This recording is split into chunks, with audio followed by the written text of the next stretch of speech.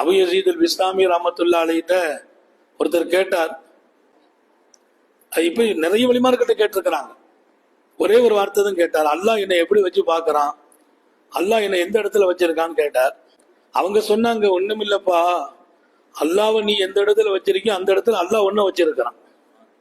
அவனுக்கு நீ என்ன முக்கியத்துவம் கொடுக்கறியோ அந்த முக்கியத்துவத்தை அல்லாஹ் உனக்கு கொடுக்கறான்.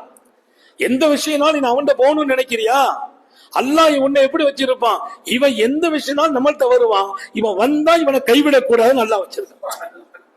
இவனை கைவிடக்கூடாது, இவனுக்கு தான் வருவான், இவனுக்கு வழி இல்ல, இவன் அவட்ட போக மாட்டான் இவட்ட போக மாட்டான். அல்லாஹ் இப்படி நேரடியா தர போறான், அது அல்லாஹ்வால முடியும், அதை செய்யறது இல்லை.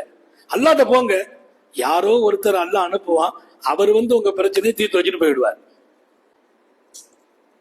அவன் பக்கம் திரும்பி பாருங்கள், அவன் மனிதர்களை வைத்தே உங்க தேவையை பூர்த்தி செய்வான். அந்த மனிதன் போய் நீ கேட்டால் அது அவமானம், அல்லாஹ்ட்ட நீ கேட்டால் அவன் கொண்டு கொடுப்பான், அது அற்புதம். அது அற்புதம், அவமானம் அல்ல. அல்ஹம்துலில்லாஹ், எல்லாம் அல்ல அல்லாஹ் உயர்ந்த தன்மைகளை நாம் அலங்கரித்து வாழச் செய்வானாக. விட்டுக் கொடுங்கள், மன்னித்து வாழுங்கள். மனைவியோடு, குடும்பத்தோடு, 5 பேர் 4 பேர் 3 பேர் இருக்கிற குடும்பத்தில் கண்ணியம் இருக்கட்டும், மாண்பு இருக்கட்டும், மகத்துவம் இருக்கட்டும்.